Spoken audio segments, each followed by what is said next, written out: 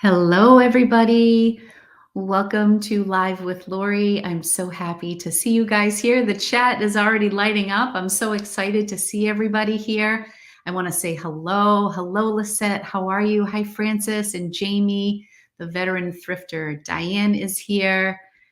Heidi, how's it going? Can't wait to watch your new video. Yes, my friend Heidi released, my friend Lisette released another video, and I was so excited to see it. She did a box swap with the teen reseller, our friend Keegan. Hopefully he is here today at some point. Hi, Sarah. I'm so happy you finally caught a live. And yeah, oh, there he is. Hi, Keegan. I thought you might be here. Hi, Alex. Welcome. And Lorraine and Misty. So every week I seem to be like pushing it back another hour. It really depends on what's happening for me from week to week. And today I had a friend who just had some surgery and she was home and I had plans to visit her. So I just wanted to give myself enough time on the other end to get home. And it is like snowing like crazy right now, March 9th.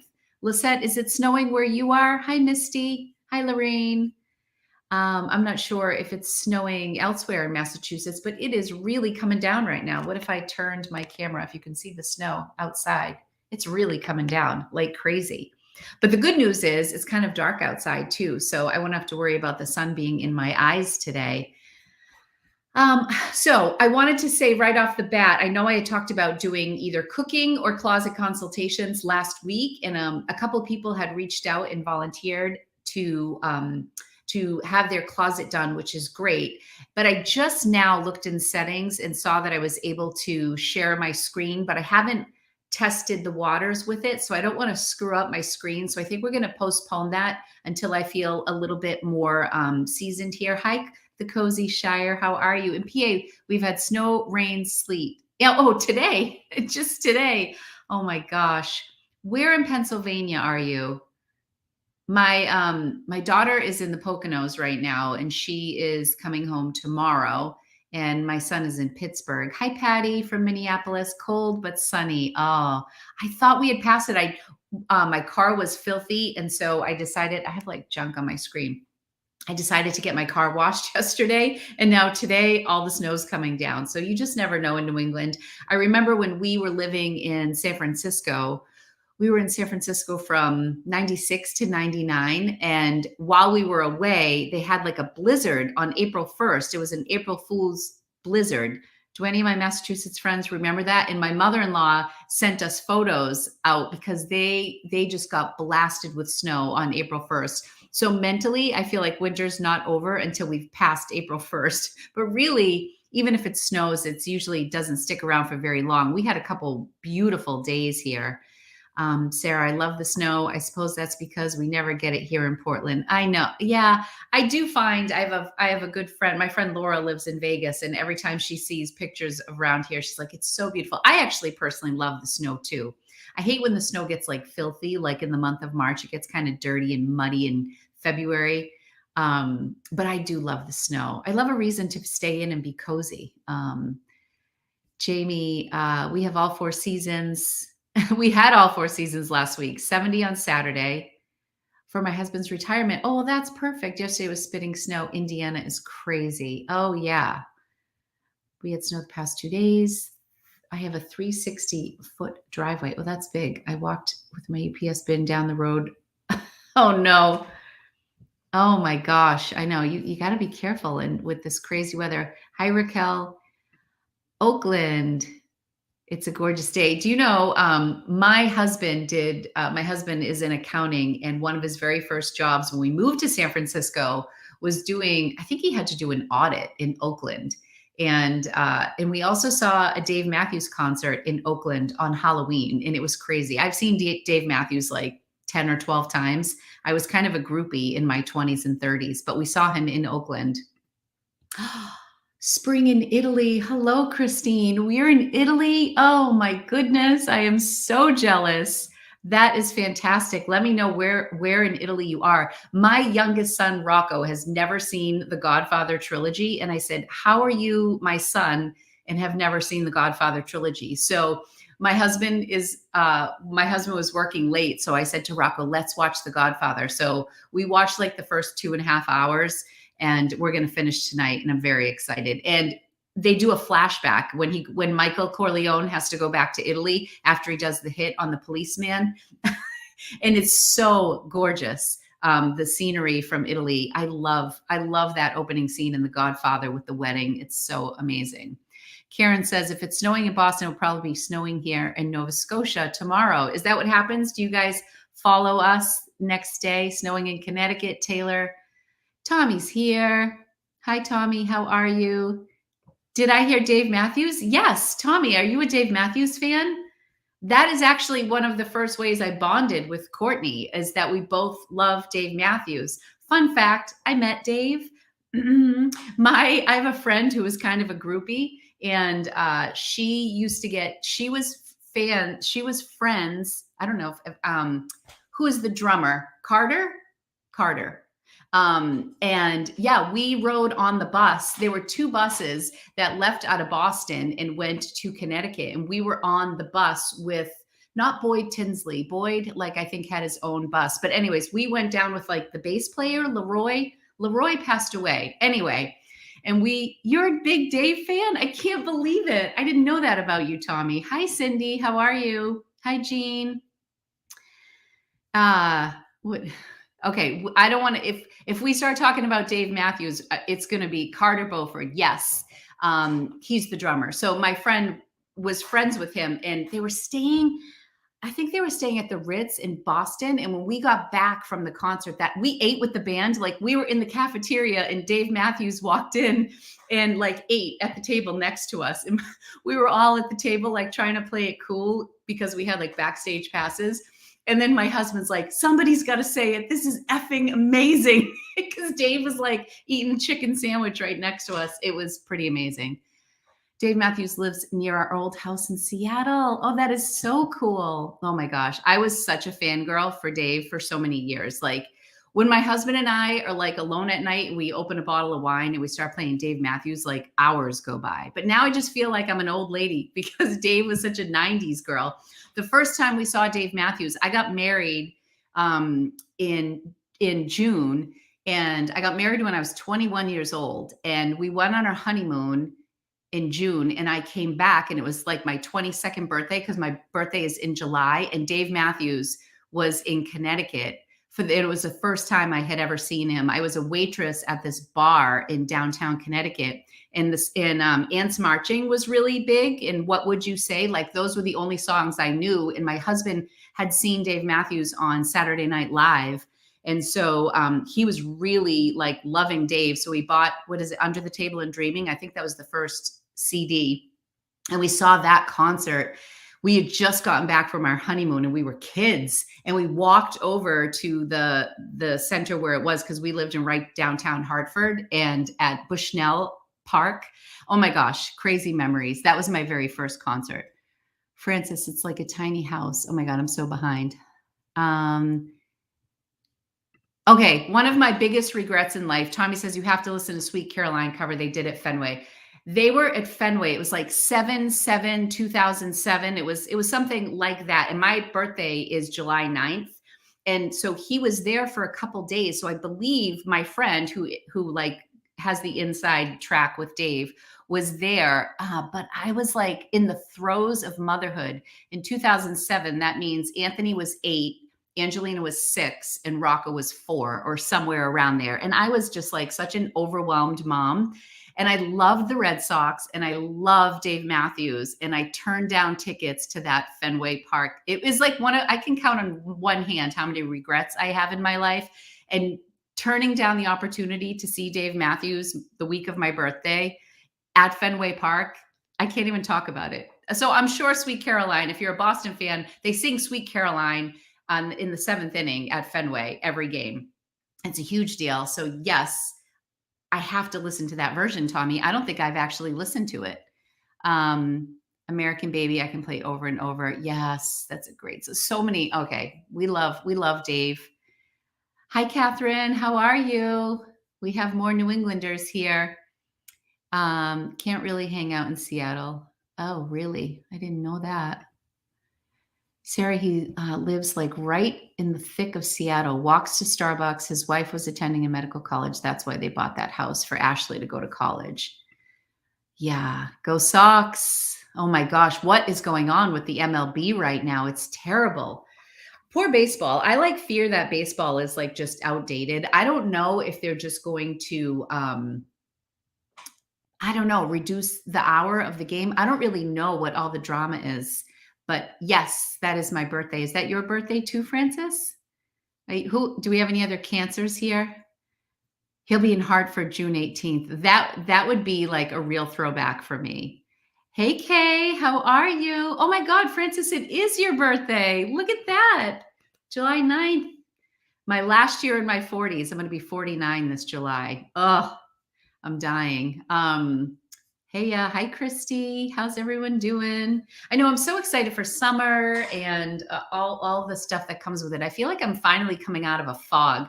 One of the things that I wanted to talk today about was like spring cleaning and just like purging and getting rid of stuff because I feel like it's just been like a 2-year fog.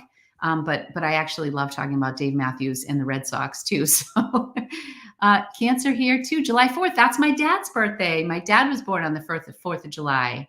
Oh, that's so exciting. I think baseball just wants to be in the news. So much drama in the world. Baseball wants to be relative. Yeah, maybe they just need to be another voice. But so I never watched baseball, fun fact. And when Rocco was born in 2004. So for any Red Sox fans, you know that was the year that they broke the curse of the Bambino and they won the World Series.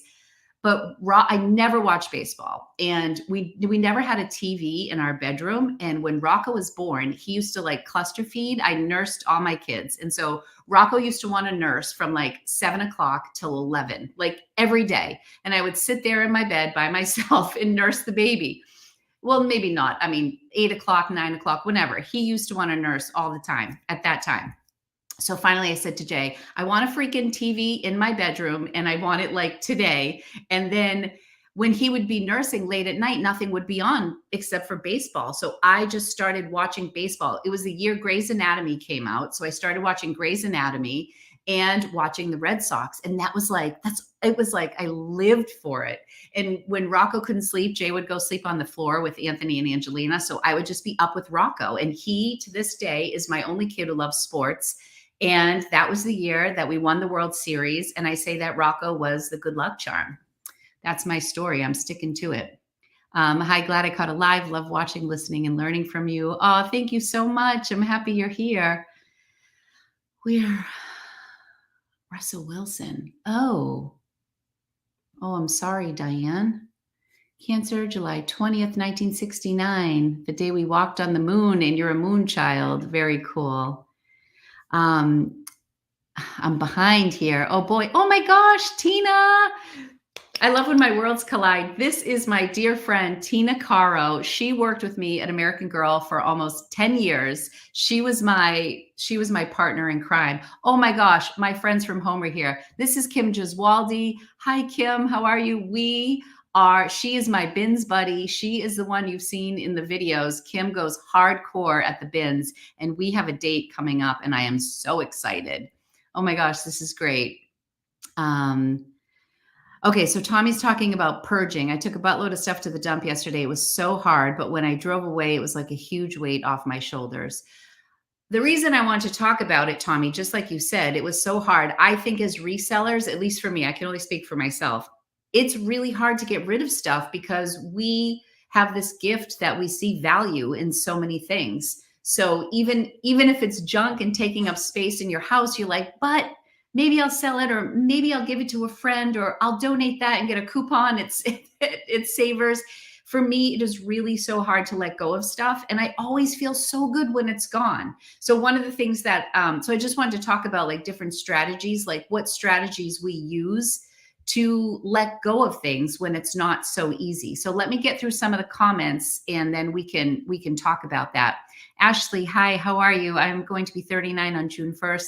Last year, my 30s. It's approaching way too fast. Oh, your 40s are going to be great, Ashley. But I know every time you hit that decade, it's scary. But I never even thought of my life in my 50s. Like I don't know. I never thought I'd be 50. I'm not there yet, though. My husband's grandpa played in the major leagues back in the day. That is so cool. I love that. What did Kathy say? I say that about Allison in the Patriots. Did I miss something? I don't know. You're still a baby. Aw. Oh, you have a birthday coming up. No. Okay. Francis is asking about Vendu Mobile. My friend Lisa on Instagram DM'd me yesterday because she said that they were on Clubhouse, and I saw, so I clicked on the link and I went in, but they weren't discussing it. And in fact, I didn't even see Vendu there. It was like the title, but it sounded like somebody was like thrifting live. Tell your friends, the one who, the girl who knows all about Lululemon, she was talking in that chat room, but I don't know. I haven't heard. I should ask Josh or some of my contacts to see what's going on. Okay, I am so excited because we have someone from Ireland, and Linda is from Northern Ireland, and we had someone from Italy here too. That makes me so happy. Marguerite. Marg's going to be in my next video. She went to the pit with me. That video is out for approval right now by a sponsor, but I'm waiting for the okay. And we brought Marguerite to the pit, to the garment district for the first time. She did great. She did so well. With Rocco being a Red Sox, good luck charm. Oh, gotcha. Allison was born when the Patriots won the Super Bowl. Okay, that makes sense to me now, Kathy. Thank you for explaining. Yes, that's awesome. That's so exciting. We have a lot of, here comes everybody's baseball pride. I'm a huge Astros fan, live in Houston. I started watching them with my dad. He's been gone for 10 years. He never got to see the Astros win the World Series. Oh, Terry. He's watching them. He's watching them in heaven, I believe. That's crazy. I mean, baseball really plays a huge part in so many families. Oh my gosh, Tracy, 50 tomorrow. Part of me wants to cry in the corner. The other half says, bring it on, bitches. Yes, I vote for the latter, Tracy. You are absolutely stunning, Tracy. 50 years old. That is something to celebrate for sure. But it's a strange milestone, isn't it? 50 is the new 30. That's what I keep telling myself. I am sticking with that. Yes. Hi, Lillian. I'm so happy you made it. Okay, we have some people talking about spring cleaning. Ann says, cleaning out here at my house in North Carolina, I put a car seat that we used for my grandson out by the curb and a free sign on it. 1 hour later, it was gone. Thrift stores here don't take them. Yeah, here either. Helmets and car seats and things like that. Any sort of safety thing, a lot of places don't take. Someone recognized my thrifted as the new black t-shirt at the post office. No way. That is crazy. Oh my gosh. You know, somebody, I never talk about these. They're available on Spring Tea. There's a link on my other channel. I should probably put the link here too. I actually need to order some new ones because this, I have stains on them because I wear them all the time. I have a gray, a black, and this maroon one that I'm wearing right now. That is awesome. That makes me so happy. Oh, Central Italy. Oh, so cool. Cesenatico. Cesenatiso. I'm going to say that wrong, and I'm embarrassed. Rimini, Central Italy. Oh my gosh, that is so exciting. What are they? Do you know when I went out to Italy, when my son was studying abroad, I tried desperately to go thrifting out there, and it was difficult. We were in Venice, and people in Venice were saying that there was an old church, and it was only open like from 4 p.m. to, it had these really weird hours. And I made my kids like sprint through because we were taking a train back to Florence, and we missed it. Like everybody said it was the best one. It was run by a bunch of of the older women in the community. And I was so excited to go there, and I never made it. So that is super exciting. Heidi's weighing in. She says, 50s are great. You finally find the confidence you should have always had. I love that, Heidi. I love it. I believe it too. Fellow Pisces. Hi, Kay. Aruba. Oh, that's great. Are you on vacation, Lori? I'm so happy you're here. So one of the things, hi, Lori. Love your new channel. Go Phillies. Hey, Nicole. How are you? Okay. It's pronounced Chase Natico. Is the last C soft? Chase Natico. I'm an embarrassment to my Italian heritage. Working from home in the mountains of North 62 on the 31st. Feel like I'm in my 30s. Happy birthday, Tracy. You go, girl. Thanks, Mary Lee. I love it. I talk to my mom about this all the time, and she says to me, she's like, I forget that I'm in my 70s until I look in the mirror, and then I can't believe it because she's like, my mind still feels like I'm in my 30s. And I totally get that. I feel that now. It's all about me now. That's good, Tracy. I love it. Oh, thank you, Lisette. This is my merch here. If anybody wants a Thrifted is the New Black from Spring Tea, I need to like update that. I have sweatshirts, I have hoodies. I wear the hoodies. I don't even think I own a t-shirt. Lisette, you have a t-shirt, I think. But yeah, I need to do some new merch for Spring Tea. And I also, when I went through the whole application process with Amazon, and I also got not certified, but cleared to do merch. So print on demand. So I can also do t-shirts on Amazon. In fact, do you know I designed 2 t-shirts and never talked about it? I have one that says Thrift Queen and one that says Thrift Goddess. And they're like $10 on Amazon. I should probably share that link. I'm the worst. I need a marketing manager. I'm terrible. So you never stop being all the women you were. Once 25. Oh my gosh. Heidi always has the best things. 25, 35. You guys know that song? Who sings it? I'm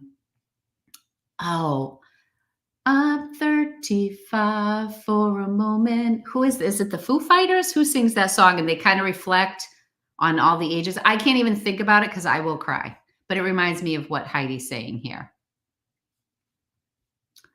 The black Thrifted is a new black t-shirt. I need a workout tank. I think there's tank tops there.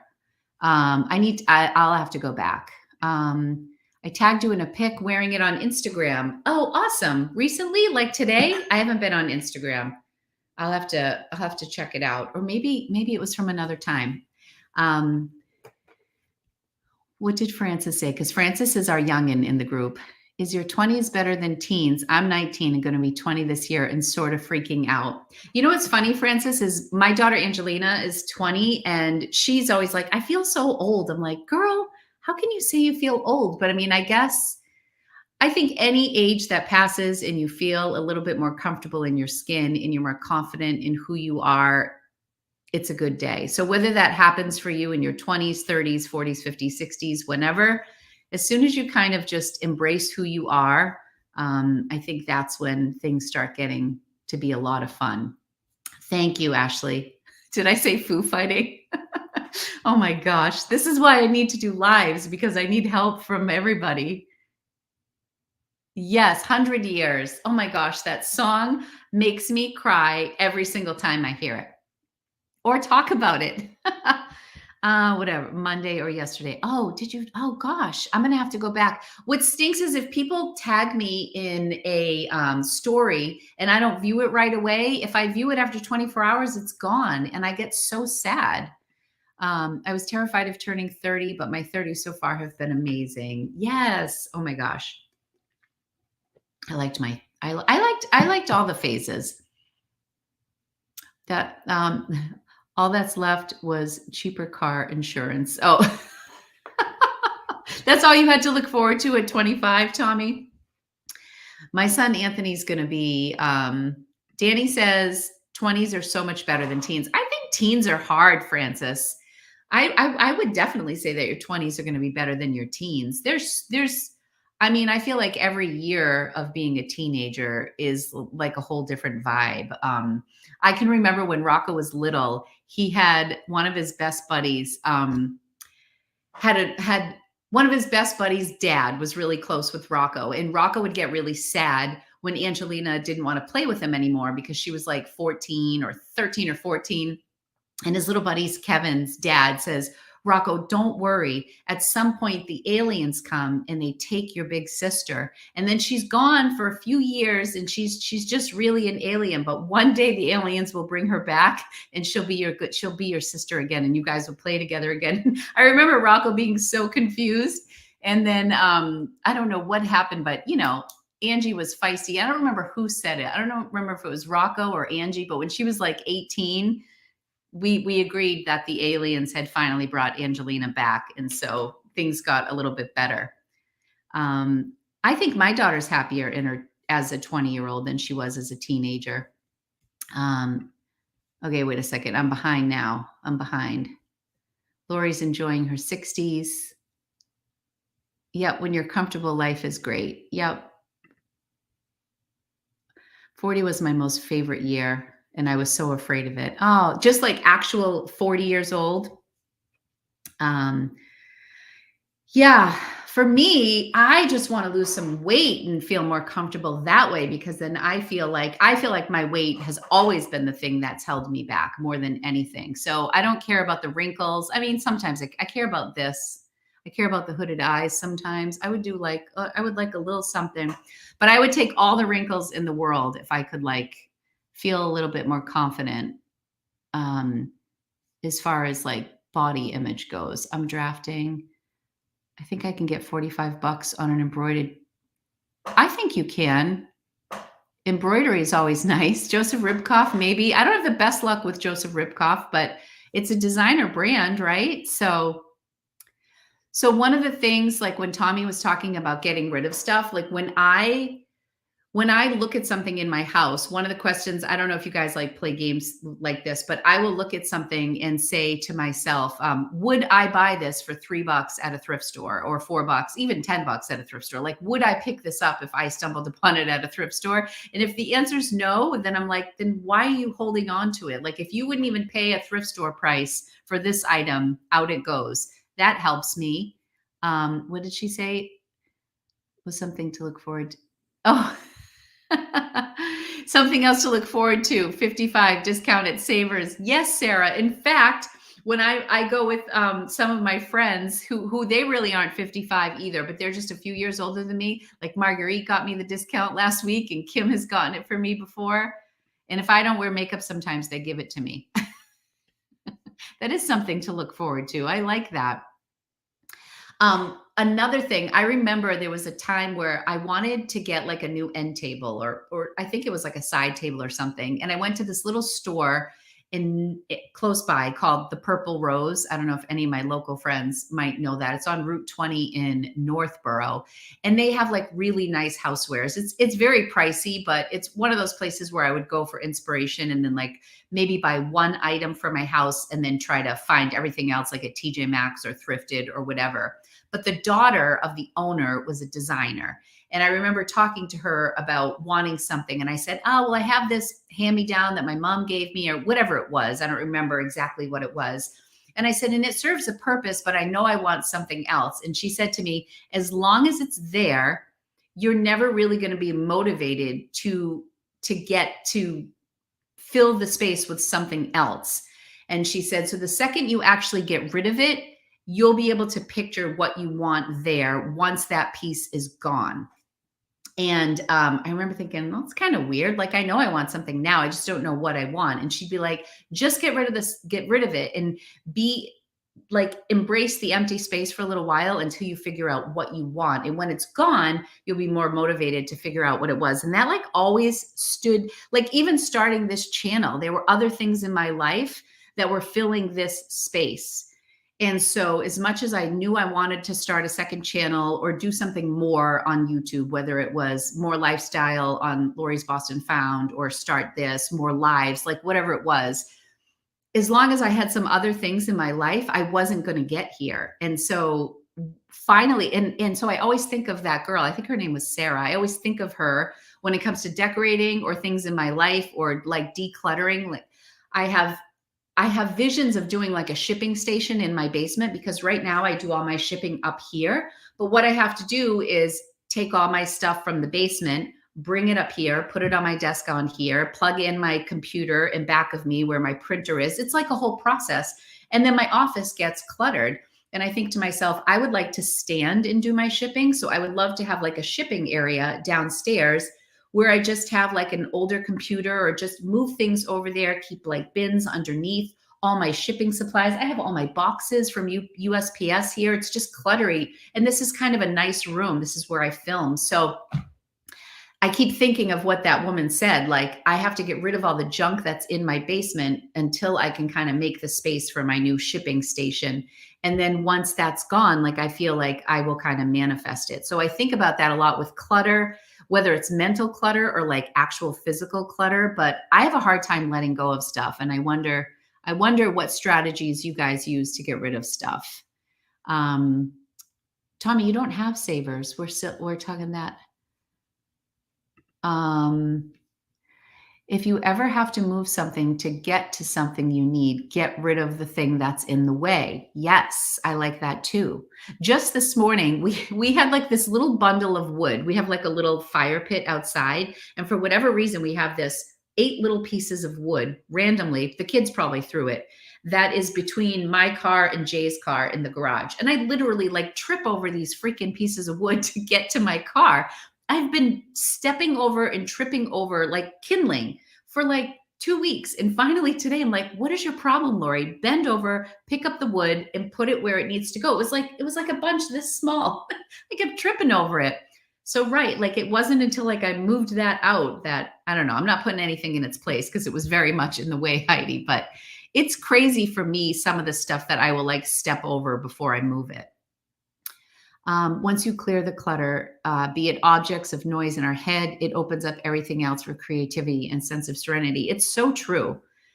And every time, like, even I even noticed it when my kids were little. Like, if they weren't playing with their toys, all we needed to do, either more than likely it'd be me, like clean up the toys and set up all the little, like set up the little people or put away the Legos, and then they'd want to come play. But when it was a mess, it was like they were overwhelmed as well.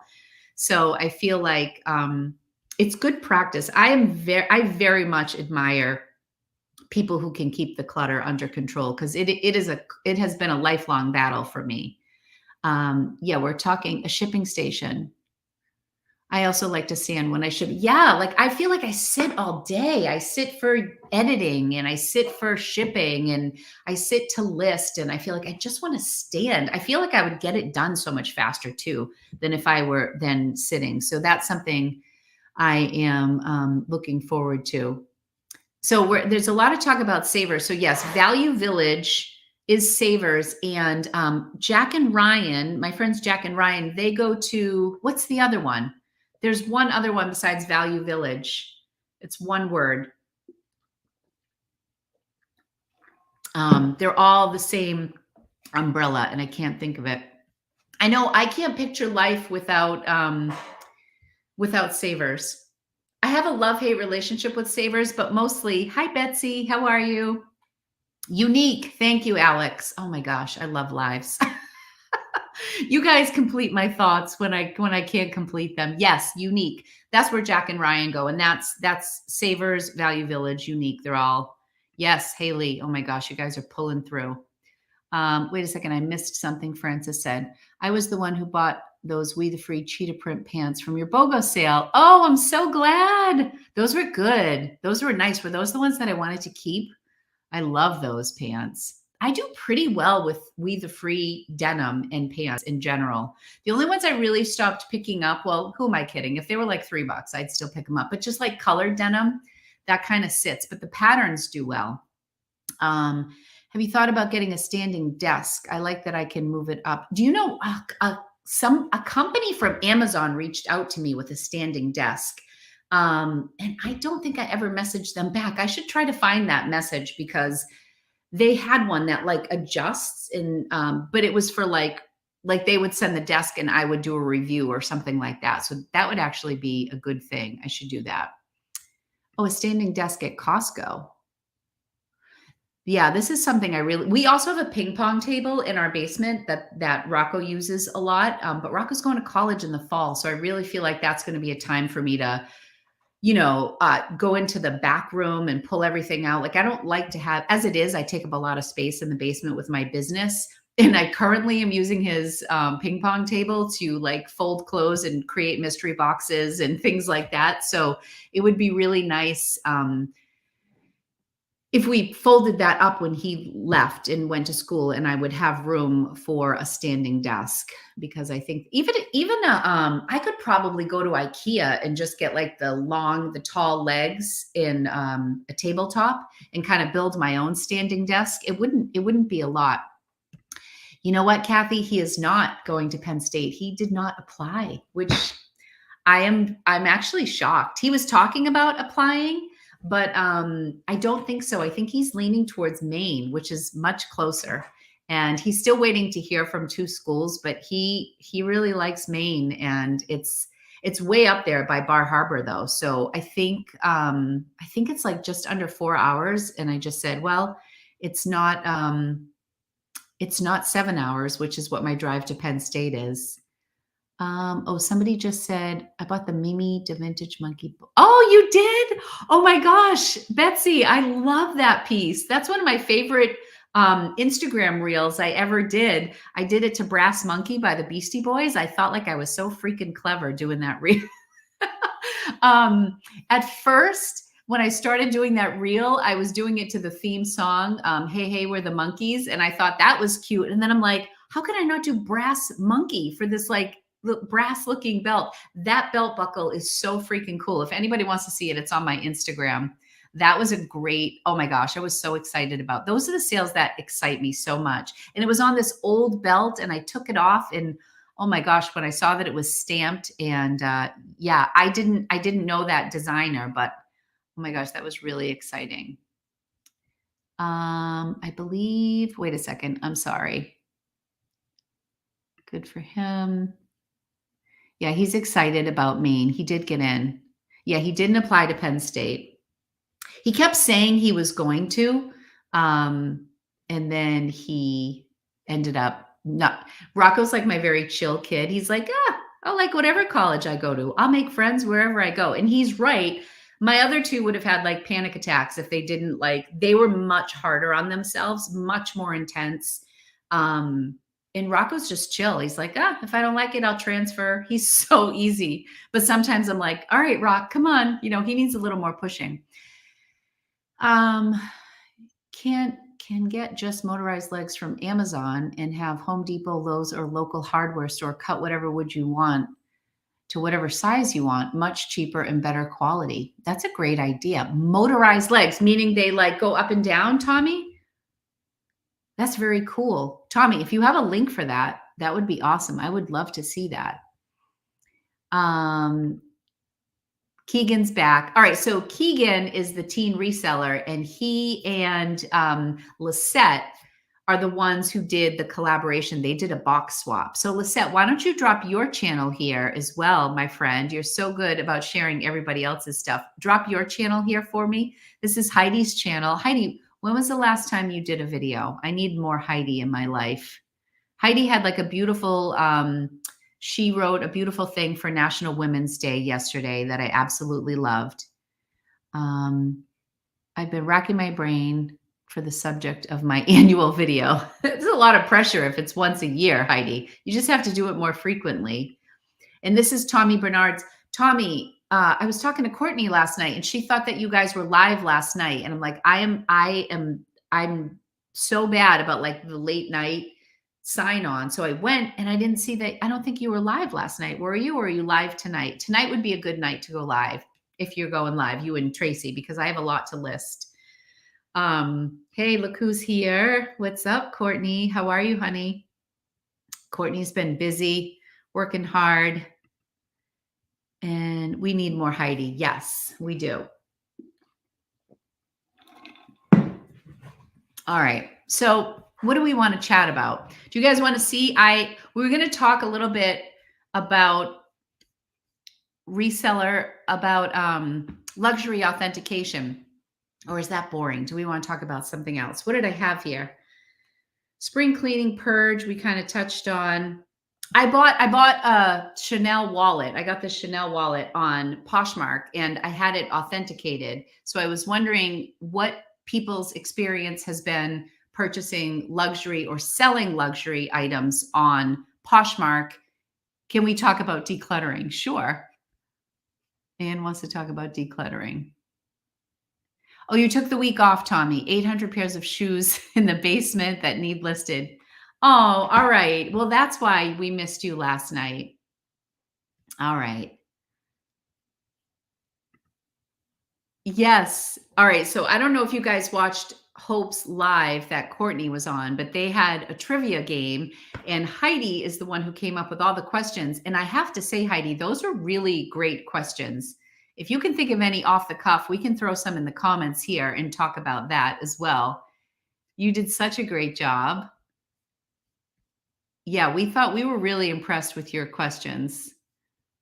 I know we're sad. We're sad that Tommy's not going to be here. Okay.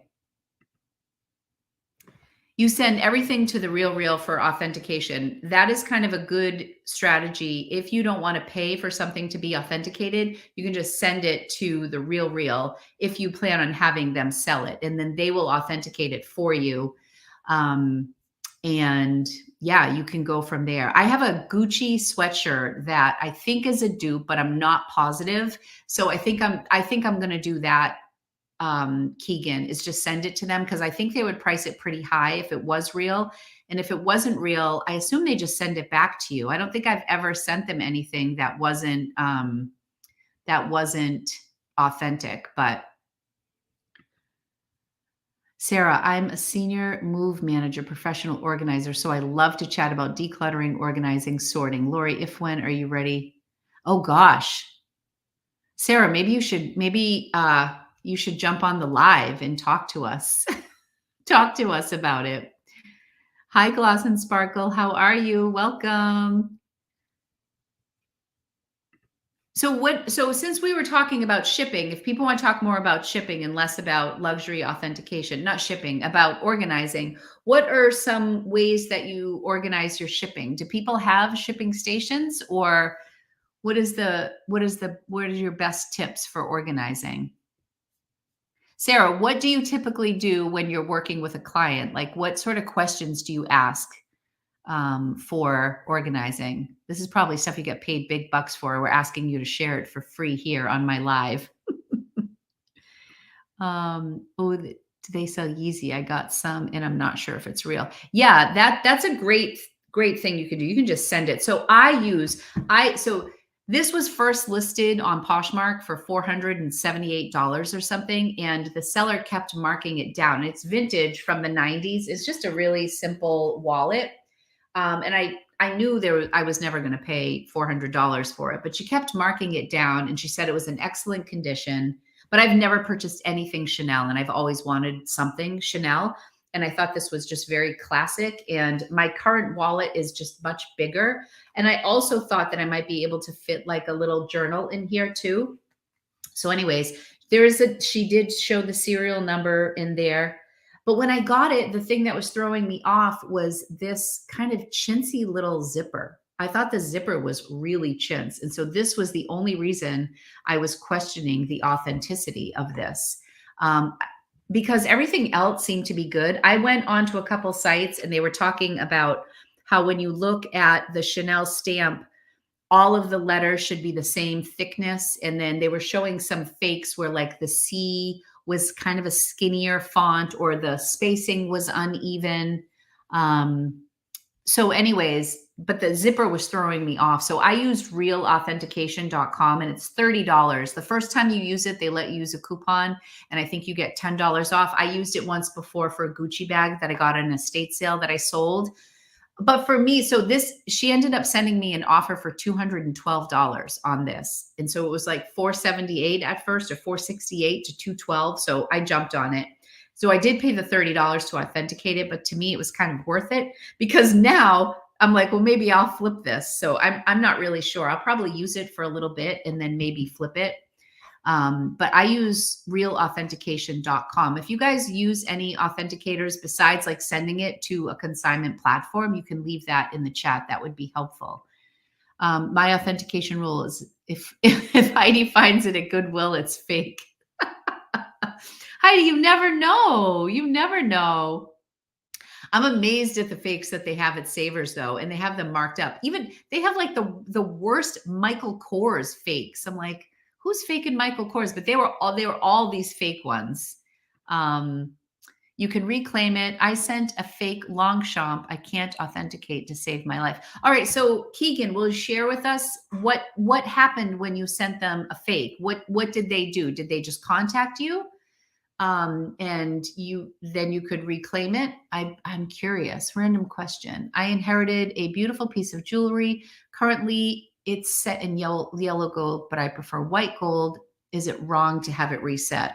Not at all. I say reset it for sure.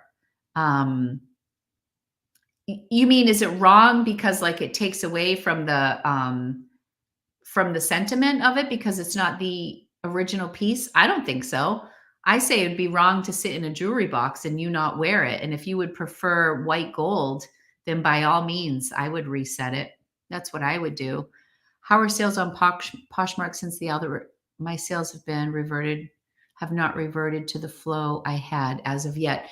Donna, that's a good question. And I will say, when it first changed, I got hit I had I want to say 2 or 3 no sales days, which is pretty rare for me, like in a 8-day span or something within a week around that. Then it bounced back. And I had a really strong weekend. But March, I just filmed a what sold video. So far, my sales in March for the first 8 or 9 days on Poshmark are like $890.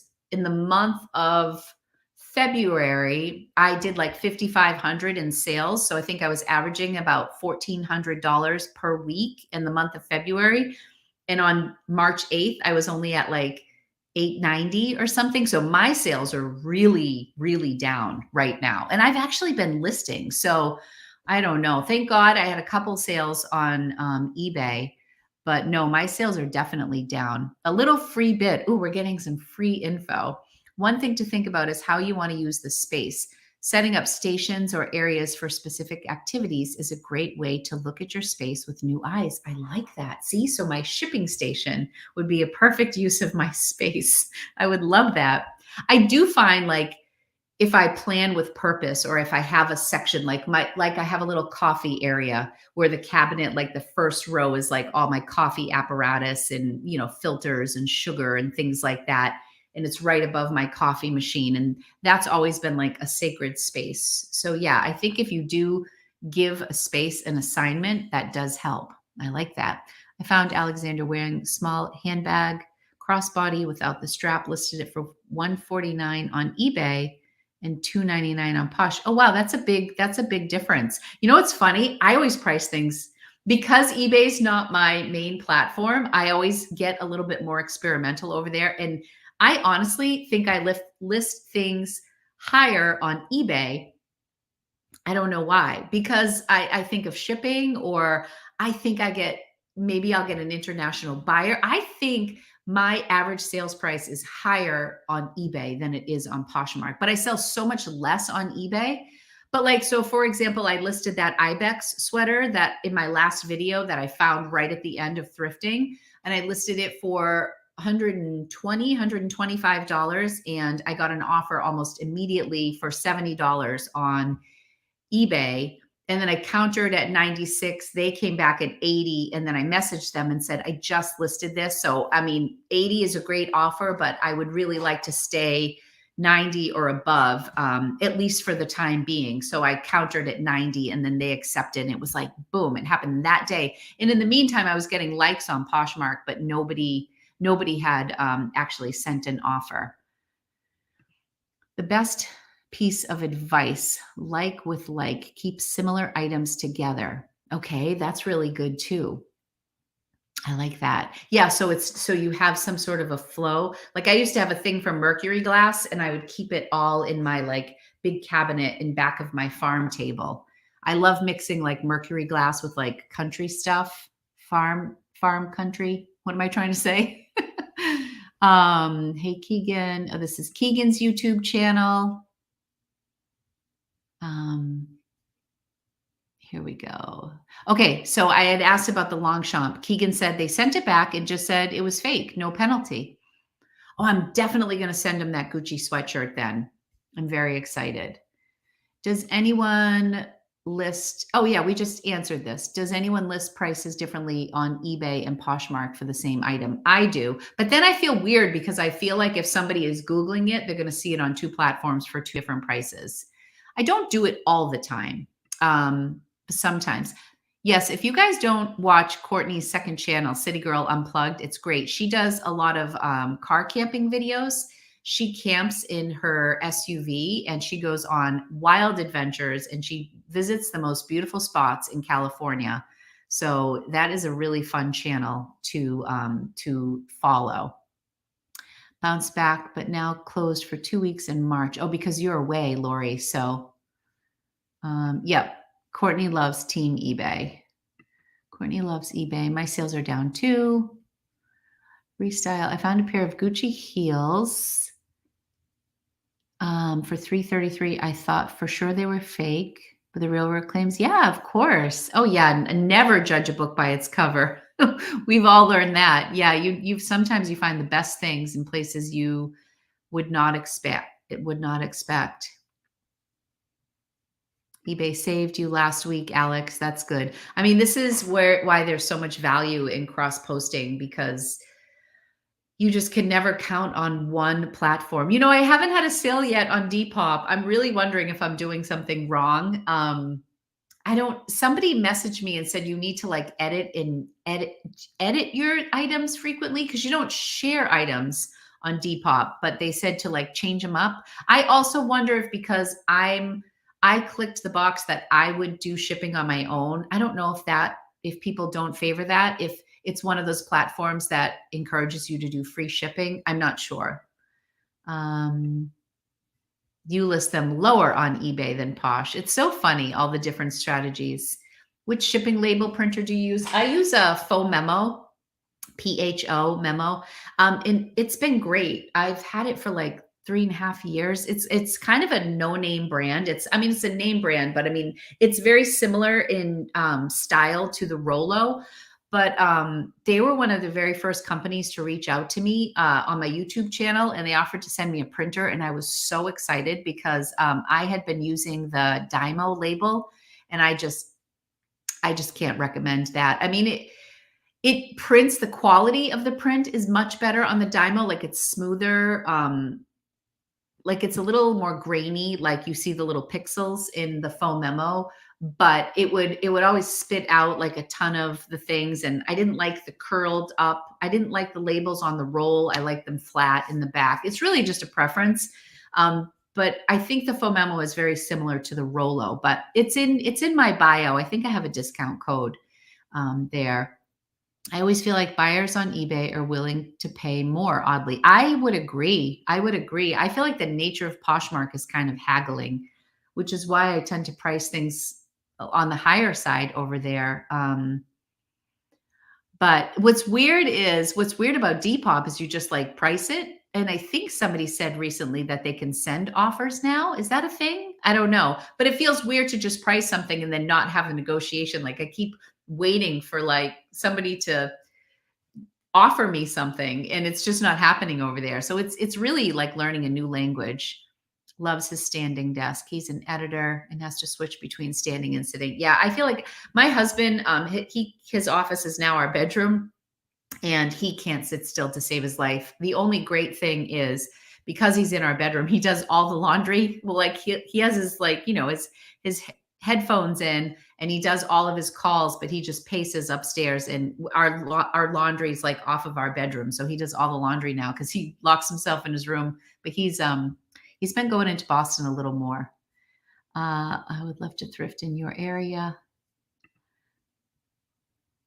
That you can't turn off offers. Yeah, that would be an interesting, I mean, it feels like it should be up to the seller like it is on eBay. But I always, Tommy, do you accept best offer on eBay or are you just somebody who just prices and that's it? Oh, this is Faux Memo. Oh gosh, Lisette, what would I do without you, honey? Thank you so much. Thank you. Thank you. To use a digital scale to determine shipping costs. I estimate, which real eBayers are horrified by that. But I estimate my price, but then I just use this scale when I actually go to ship it. So sometimes I make a couple dollars, sometimes I lose a couple dollars, but at first I got burnt a lot more on my estimating, and now it's pretty. I actually don't list anything crazy heavy over on eBay for that reason. I think the heaviest thing I have right now is the Pretty City carriage by American Girl. That's like a discounted carriage. And that's like, I have that listed high, like $189. And I think I have like $35 on shipping for it, but that's like a retired piece that, you know, if it doesn't sell locally, it probably will only sell on eBay. It's not really like a Poshmark item, I don't think. So I don't really price, I don't put heavy things on eBay all the time. Oh my gosh, I'm so behind in the thing. Lori, edit and relist once a day on Depop. That's more work than sharing, I think. Edit and relist. Okay. Interesting. Shannon, I post different prices on eBay and Posh. That's interesting. Make sure to add hashtags. Hi, Liz. How are you? So by hashtags, so that is different. The hashtags are different than when it has style. Like you could do punk, or you could do like skater girl or goth or whatever. So separate from that, add hashtags in addition to. Depop listings need to not look or sound too professional. Yeah, I try to keep them pretty. It's so funny you asked if Rocco got his hair cut. No, he has not cut his hair yet. He called his hairdresser, who is my good friend Kim, and she wanted to give him the haircut right before he left for Costa Rica. And so now he's waiting. I think it's going to happen tomorrow. Oh my God, it's so long right now. I have made so many sales by ending listings every day and selling similar. I'm just starting to get into that habit, Lori. For me, I go to eBay and I see what's ending that day, but then I switch over to Vendu and I do like multiple. You can do multi-quantity where you click a bunch of items and you do delist, relist on Vendu. So I've just started paying attention to that. And I know that is a practice that many eBayers do. It's like the first thing they do in the morning is they end and sell similar. That I think is a really great habit. I have my basement set up now. So inventory goes to the back and in stages works towards the front door. Far back, death pile, then listing area, inventory shelving, then shipping station by the door. That sounds like a great setup, Tommy. So it's all stations. I think our organizing person would be proud of you for that. Far back, death pile. Keep that in the back. We don't want to see the death pile, do we? I love it. I also scored a Patricia Nash tote at Goodwill I love Patricia Nash. Same price on eBay and Posh. I scored some really nice Patricia Nash bags a couple years ago, it feels like now, at like the TJ Maxx yellow tag sale. And they flipped for decent money. I love finding her stuff. Oh, good. You have the faux memo and love it. Could not afford the Dymo. I don't think you're missing out with not having the Dymo. There's a printer company who recently reached out to me, and they have a cordless one. No, a Bluetooth one, which would be really awesome because I always have to use the little adapter. Is it over here?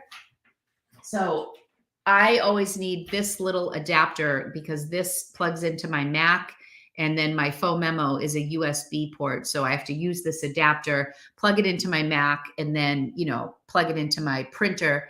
And this one company reached out and they have a Bluetooth one, which would be so cool to be like in the other room and send stuff to my printer. So I'm going to see if I can try that out. So we'll have to see. If you can only thrift, we have a question.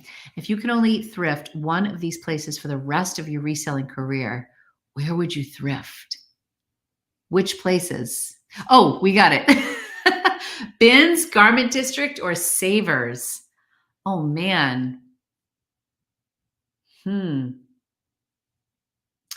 I would say it's between the Bins and Savers. I mean, okay. Let me just say that the Garment District is in Boston. So that would be a tricky one if I could only thrift there, because to get there and then like you're on the floor digging, at least at the Bins, it's slightly closer.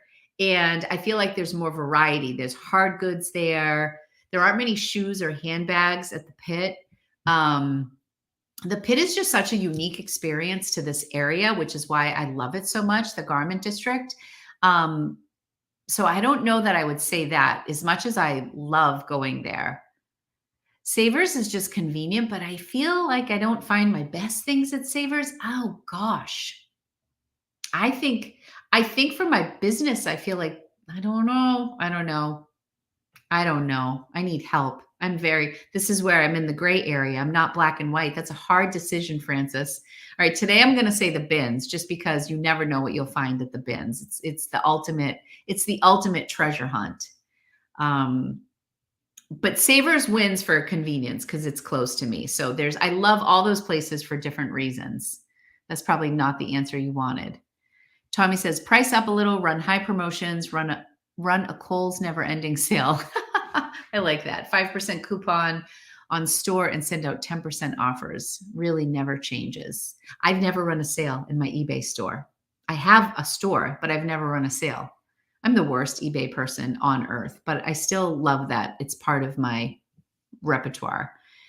Even when I put in the estimated weight, I also win and lose randomly. I can't figure it out. I mean, if you're stressing out about the weight, then I would just weigh it. Then you just know, or do calculated shipping. And then when you put the weight in, it will automatically factor in for your buyer. But I don't know. I don't know if people like purchasing things that are, I'm like a flat, I want to know my cost up front. So I don't love calculated shipping as a buyer, but yeah, I think to take the guesswork out of it, you could just weigh the item. I found a men's wool blazer by Phineas Cole, which I had never heard of, me either. But nearly passed out when I looked it up. Sold it on Posh for $500. It was the first time I had to send something in to be authenticated. Wow. Phineas Cole. I got to write that down. I don't know that brand either. That is fantastic. Yeah. So anything that sells on Poshmark for $500 or more is sent to Poshmark, and then they authenticate it. Although, have you guys been getting the updates that they're behind on their authenticating? Like it's taking longer than normally. Rocco, cut your hair, Rocco. Oh man, is it long? It is so long. I don't know if I have any pictures of him from Costa Rica. Was he back from Costa Rica? He got back last Tuesday. Yeah, so he had just gotten back. Yeah, so Lori does her eBay thing, every morning. That's like such a great habit to get into. Okay, this is in regards to Depop. In the description, add actual hashtags like cottagecore, dark academia, etc. Oh man, I should just go in and like hang out with Depop tonight and update everyone. Update all my listings. Thank you for that, Liz. I wasn't doing that. Hello, Upcycled Shed. How are you? Thanks for being here.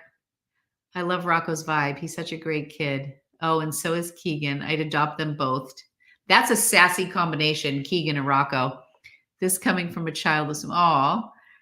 Yeah, Rocco has a really fun vibe. He is, I'm going to miss him so much, you guys. I am so worried for the fall when he leaves. It's going to be weird around here. It was weird when he was in Costa Rica. I'm going to be a mess when Rocco leaves, an absolute mess. Thank God for my business, because I just can't imagine. No, that's not the right way. Relisting is different than sell similar. You can bulk sell similar in eBay. Oh, okay. That's good to know. So how is it different if you're selling similar? Isn't that it? Aren't you essentially relisting that item because you're ending it and then sell similar? I don't know. See, I don't speak eBay, so someone can help me out with that. I don't think anyone would be proud of Tommy's organization. Ooh, Tracy throwing some shade at you, Tommy. We want images, Tommy. Post it on Instagram. I want to see what your organization looks like. It sounded impressive to me. Okay.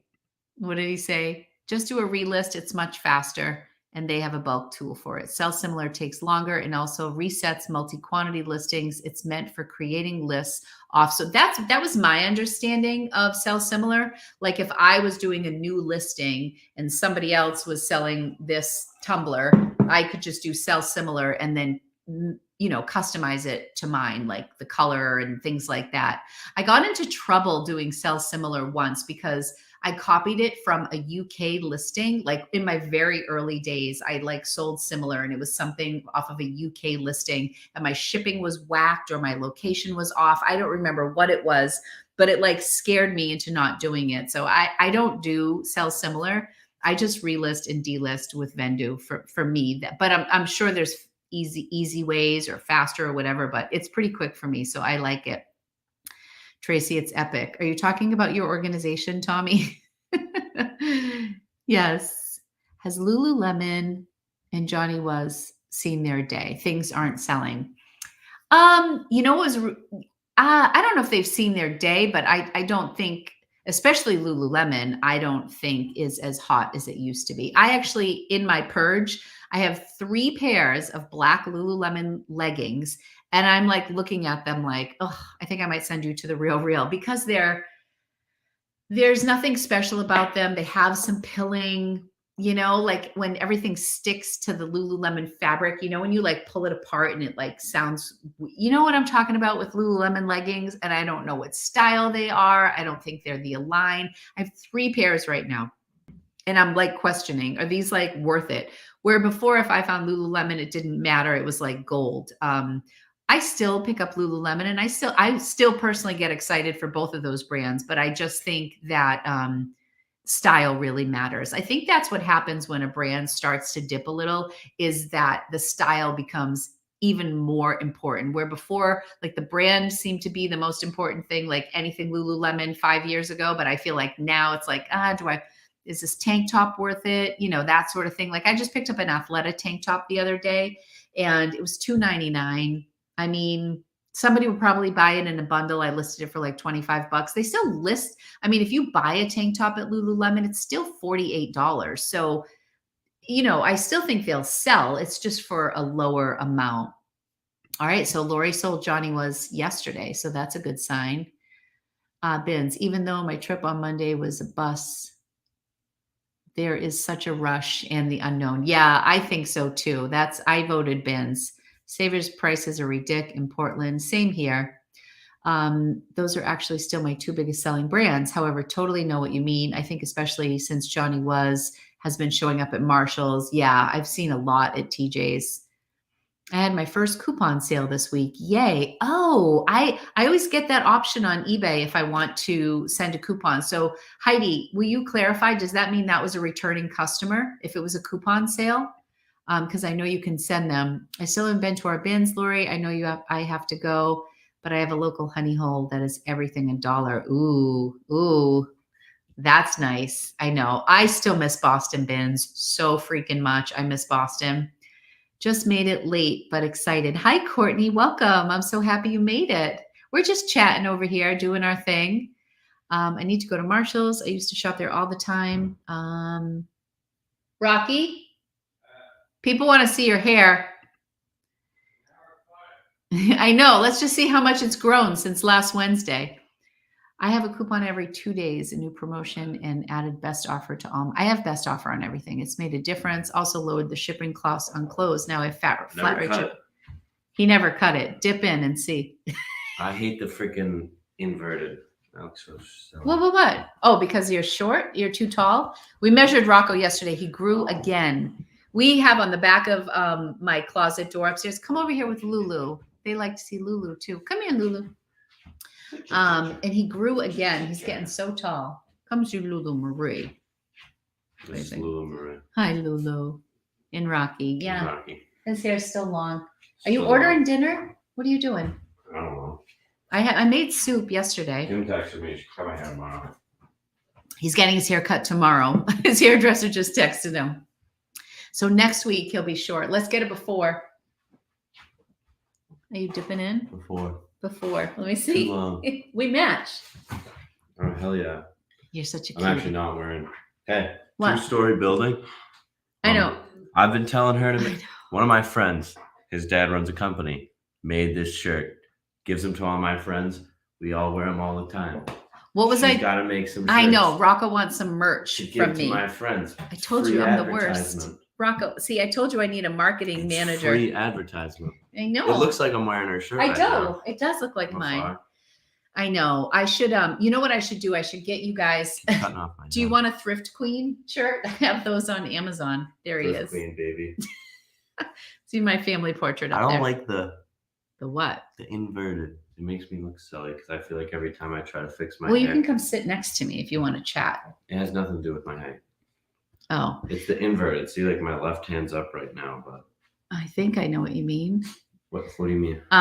Wait a second. I'm missing. Like this is my right hand. Give the boys some merch. For real. Sarah said you should cut your hair too. Oh, Tina's here. Say hi to Tina. You know Tina. Hey Tina, how's it going? So Tina has a son named Nick, who is like an incredible football player. I call him young Tom Brady because he's super handsome too. And Rocco and Nick are similar ages. The teeny bop girls will pay attention to what? Oh, if you're wearing the merch. Make some boys at the bin shirt. Boys at the bins. That's what I have to do. That's what I'll do, Rocco. I'll do boys at the bins and then Lori's Boston Found. Does that sound good? Yeah. All right. That's what I'm doing. I think I'm going to make those on Amazon. I'm going to write it to, well, Rock, you can help me design them. Make it so simple. I'll do it just like that. Good. Well, no copy. Boys at the bins. What color do you want? I mean, I think you have to do black. You got to do every color. Boys at the bins. Boys at the bins, and then Lori's Boston Found on the back, or Lisette says Rocco's so handsome. I know, thank you. I know. He's humble nothing too. on the back. See, look Nothing? at that. Look at, see how classy this is? I like it. I like it. All right, we'll work on that tonight after we watch The Godfather. Rocco reminds me of a boy I went to homecoming with junior year. I don't know if that's a good thing or a bad thing, Jamie. I hope he was nice. I love you too, Tina. You remind her of a boy she went to homecoming with her junior year in high school. I bet he was pretty cute. Rocco said, I bet he was pretty cute. You know, my other kids, Anthony and Angelina, we say that Rocco got all the confidence, all the swagger. Oh, Keegan wants one. You want a boys at the bins? All right, I'm going to do that shirt. And Tommy. All right. Boys at the bins. All right. She says it's a good thing, Rocco. I will do that. I have been meaning to get back on my merch at on Amazon. I wish I had one of my my Thrift Queen shirts. Maybe I'll share it tonight on Instagram. Somebody remind me. I should do that. Are the Boston bins ever going to come back? I don't know. Makes me want to cry. They were so good. People are feisty at the Boston bins though. I mean, if Marguerite's in the chat, Marguerite got into Marg, are you here? Do you want to share your story from the Boston bins? Rocco, short on the size, curly wave on top. Yes. Okay, I need to catch up. He is as confident as my middle one. It's a gift. Honestly, Anthony looks at Rocco and he's like, oh my gosh, like how did you like, yeah, he's so comfortable with himself. Sometimes he needs a little fire under his ass though, Rocco, but he is very comfy. Okay, where were we? I'm totally losing my train of thought. So much to stay on top of Instagram, Facebook. I know. It's so much. It's so much. And I love it. I actually like the marketing side of my business, but I always feel like I'm just never going to be there. There's only so many hours in a day. So if I spend a day like today, I did one of those reels. Well, I videotaped it, where you throw something at the wall and then it appears on the hanger, or people do it like they put it up to them and then the garment is on them. I'm trying to get all crafty with my reels. So I have to do a reel for one of my sponsorships. So I am working on it, but it's like, reels take me a long time to do. And it's like, if I'm doing a reel, then I'm not listing. And if I'm listing, then I'm not ordering merch. And if I'm editing a YouTube, like, I feel like something's always got to give. So it's tricky to stay on top of stuff. All the Leos have all the confidence. Is that what it is? Maybe. I don't know. My sister-in-law's a Leo. She's pretty confident too. Easy eBay first class shipping reads USPS notice 123 PDF, page 17 first. What is this? Tells you what eBay will charge you. All right. Heidi, is this first class reads? I'm so thrown off on this. Heidi, is this like an eBay guide or something? I'm missing something here. You have arrived. Oh gosh, with the reels. My reels are funny. But certain people are putting reels out like almost every day. And I'm just like, where do they find the time? I was supposed to do my flip of the week, and then I didn't do that this week either. So it's the flip of every other week. All right. What do we want to chat about? I say we'll go until 5:30. So like another 15 minutes or so. Does that sound good? And I like this time. This time seems to work. I mean, I think I've had about the same amount of people, maybe a little bit more this week in the chat. I mean, I know when I release a video on YouTube, they suggest I release it like 5 p.m., 4 to 6 p.m., I think is when like my audience is more active. So I guess the later in the day that I can do it, maybe the better with the lives. Where are we at? Leos are confident coming out of the womb. Sarah, my husband's a Libra. He's all about being fair and balanced for sure. I have a lot of Libras in my life. So do you, Lisette. Does anybody have any recommendations for a travel coffee mug besides a Yeti? Not that I'm against Yetis, but I feel like I've bought a couple Yetis. Rocco wants one for school, but this one's too big. I just want like a regular tumbler, maybe like an Amazon one that keeps things nice and hot. I need to look. How many hours a day do you actually list? It really depends on the day for me, Tracy. Tracy, every time I see this picture pop up, it makes me think of Jennifer Aniston in like, season 1 and 2, when like you have like the Jennifer Aniston hair that was like worldwide craze. I love it. I love the little side bangs there. It really depends for me. Like yesterday, I drafted like 15 items because I'm just finishing up in my basement, like so much backlog. Oh my gosh, that it's just, now I see the end in sight. So I drafted a bunch of stuff yesterday, but I actually only listed 2 or 3, but I was working on listings and drafting and photographing and editing all my pics and doing all that. I did that for like 3 hours yesterday, but I actually didn't list much. So tonight I'll probably sit down and watch a show, and I'll probably only list for an hour, but I'll make all those 15 listings go live tonight because I did all the work yesterday. So for me, it's really different every day. If I have a day that I have a video that's going out and I spend 6 hours editing, then I probably list only 4 or 5 items on that day. So I'm not that regimented. Pre-pandemic, when the kids were like middle school, high school, and they'd be gone by 7:30, I was really good about going down to my basement from like 7:30 to 9:30 and taking pictures and like starting my listings that way and getting like 5 or 7 up first thing in the morning. Then I'd come upstairs at about 9:30 and I would start my shipping, because my shipping pickups are usually around 11 o'clock. So that would give me like an hour and a half to do my shipping.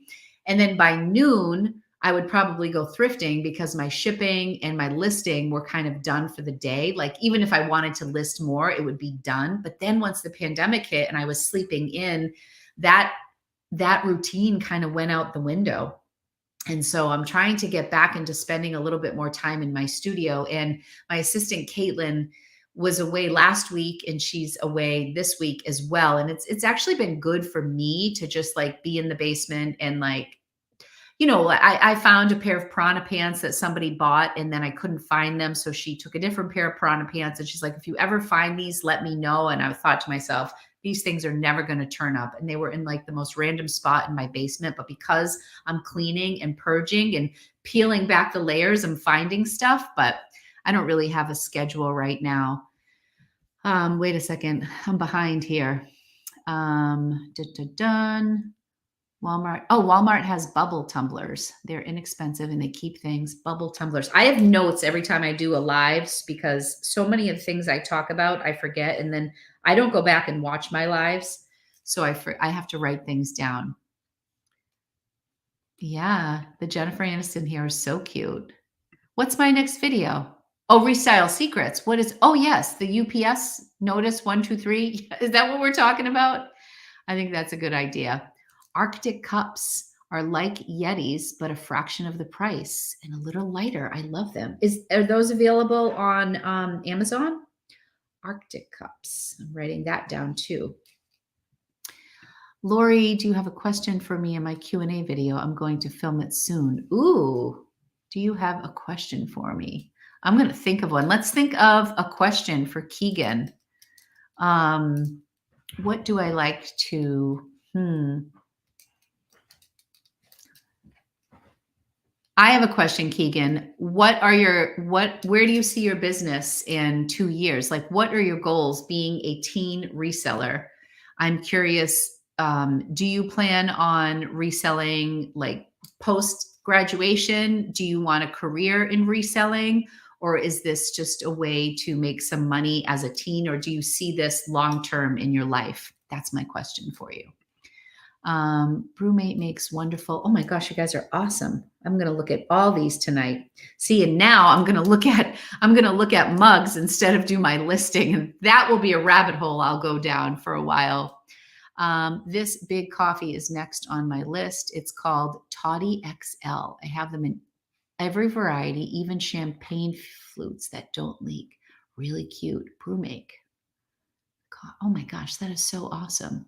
Toddy XL. I'm writing that down too. Okay. I am so like, as much as I love my new, this, I'm like seriously obsessed with my Ember mug. Like I love it so much. And Anthony and Rocco gave it to me for Christmas and it sits on a little thing and it stays hot. And I have an app on my phone that tells my phone like what temperature, that tells my mug what temperature to keep it at. I keep it at 145 degrees. It's so hot. I love it. But the problem is like the mechanics, the heat of the coffee is here. So like my mug ends here, like it's flat right there. So this is only 10 ounces and I like pound coffee. So there's a 14-ounce mug. These are like over $100. So I'm trying to get one on Poshmark. And I see them for about 80, but I still don't want to spend that because my boys just bought this for me for Christmas. I just want a bigger, but this is just for home. But I also have like an obsession with regular mugs. So I'm sad for my other mugs that I'm not using now because I only use this because my coffee gets cold so fast. And now I'm like, once you go to this heated mug, it's like you can't go back. I can't go back. So I've been struggling with that. They are so expensive. So somebody tagged me yesterday in a post. They found an Ember mug. It had like a company logo on it, but they found it for $8 and it sold in a day on Poshmark for $44 with the logo. They're so expensive because they're awesome. They're worth every penny. But they're just small. Like I wish for the money they paid, I wish they had like a 16-ounce, like a 14 would be better than the 10. But the good thing is like I sip my coffee because it's hot. So I don't drink it as fast. Like if I know it's getting cold, I'll drink it faster to enjoy the hotness of it. Does that make sense? I need a champagne mug. I think we all need a champagne mug in our lives. After tax time, I'm contemplating starting a YouTube channel. Any tips? Oh, we have a lot of people here who can give tips on that. Hi, Monique. It's okay that you're late. We're still chatting. I'm happy you're here. So Tracy, my best tip is to rip off the Band-Aid and just film it. Just film a video. You can keep it private. You never have to like, I would do a couple videos just for your own purpose.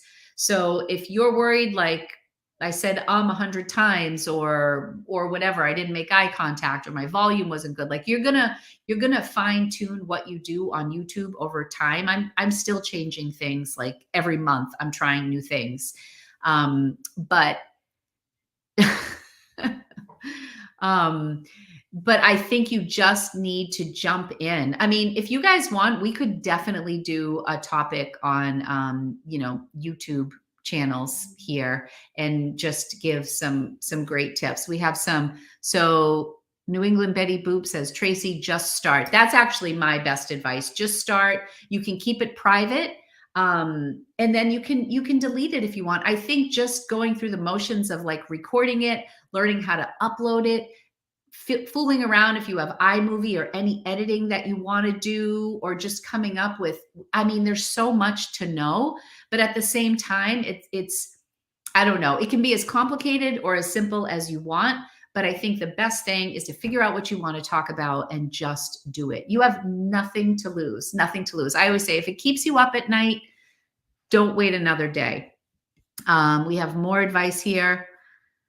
That is Keegan's advice. I don't think you need a course either. I think there are courses out there that can help you along, but I think the best thing to do is to talk about what you're passionate about and just be consistent, because I think the key to being successful on YouTube is being consistent, and it's not easy. Even if you just commit to doing like one video a week, or to start once every other week, whatever it is that you decide, just don't give up if you love it, and just get started. Poor other mugs. I so get it. I do have so many mugs. Each one fits my specific mood. I have a problem with mugs. I really do. But I do feel bad for my other mugs. Sometimes I use them just because I feel sad for them. Tip for Tracy: make more than one video per year. Oh, Heidi, we're all missing out that you are not doing more videos. See, I think Heidi needs to be my first guest, because we do have a lot of questions about eBay that come up in the chat, and I always feel inadequate, and she's great. So, but I know that Heidi is going on Hope's channel. And actually, two of the people who I've already asked to be in my live are both people that are going to be on Hope's Restyle Rex to Riches lives on her Monday Sip. So you can watch her Monday Sip. Are you next week, Heidi? I think you're next week, and Amber's the week after, I think. I'm not sure. But yeah, that would be good. And then we can all bully you into doing another video, Heidi. All of your info is so great. Everybody's info. I think that's what you mean. Everybody's information sharing. I know I get so many ideas from my lives. I was thinking about it for so long. It took me 3 years. So Lisette, what was holding you back? What is holding anybody back here? Tip: look at the lens, not at your image when recording. Yes, that's good too. That's great. Because it just kind of gets you into the rhythm of maintaining that. Like, I should be probably looking right here at my green light, but I'm looking at the comments. I know there are so many different things. Yeah, especially if you're filming. I do a fair amount of filming on my iPhone. And a lot of the times people look at their image or whatever instead of looking at the lens. And so the whole video, they're looking off to the side. But I mean, I see really seasoned YouTubers still doing that. So again, if you do a couple things, and you can look and see what you want to do as far as tweaking things. Make sure that no matter what, you're having fun. Don't let it become the drudgery. I couldn't agree with this more. I have said this before. Like, I talk to people and they're like, I want a YouTube channel, but I hate YouTube, and I hate the thought of filming, and I hate this and I hate that. I'm like, well, maybe YouTube's not the avenue you should go. I mean, I think you have to keep it fun, which is also why this kind of gets back to feeling comfortable in your own skin and understanding like what makes you tick and what you're passionate about. I am not a big like stats person. I enjoy learning. I love the analytical brain that I don't have. And I really enjoy learning from people who are analytical, but I kind of learned early on that wasn't going to be my path on YouTube. And I've kind of even recently made the switch to saying out loud that I don't really consider my channel a teaching channel. And I hear from people that they might learn some stuff from my channel, which makes me really happy, but I don't claim to be a teacher on YouTube. I kind of say, this is my reselling journey, follow along my thrifting adventures. I'm kind of here for entertainment. And so I always try to keep that in the back of my mind. Like, I don't ever want to come off as preachy or like, there's only one way to do this. Like, I am horrified when I hear people say like, do not pick up this brand, or only pick up their jeans, or don't leave. Like, I am like, whoa, slow your roll, because I just realized that so many things work for different people. Some people say that, whatever, insert brand. I can't sell this brand. And then Susie Q over here, it's like her best selling brand ever. On my last video, I had this vintage Talbot's dress that I bought at Savers, and I paid too much money for it. And I asked people, should I return this?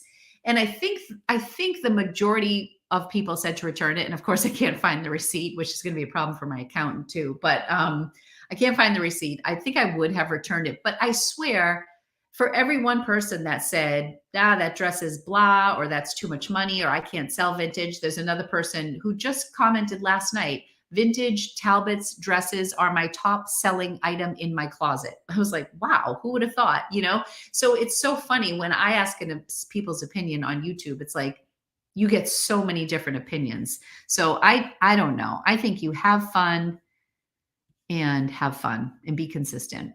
Okay, wait a second. I went off on a little tangent there. Let me get off my soapbox. I'm so sorry. I missed something. Be yourself. I love that too. Absolutely. So much credit for what you do in the YouTube videos is time consuming. You're exposed to jerks, but you find people that love it in making a good, yeah. I mean, if you're on YouTube, you have to know that you are putting yourself out there, and you are, definitely leaving yourself open to a lot of opinions. But it is what it is. I do think thick skin comes in handy on YouTube. And if you get really, I have some friends that got really sad when they would get thumbs down. I mean, I'm not excited if I have a video that gets a lot of thumbs down.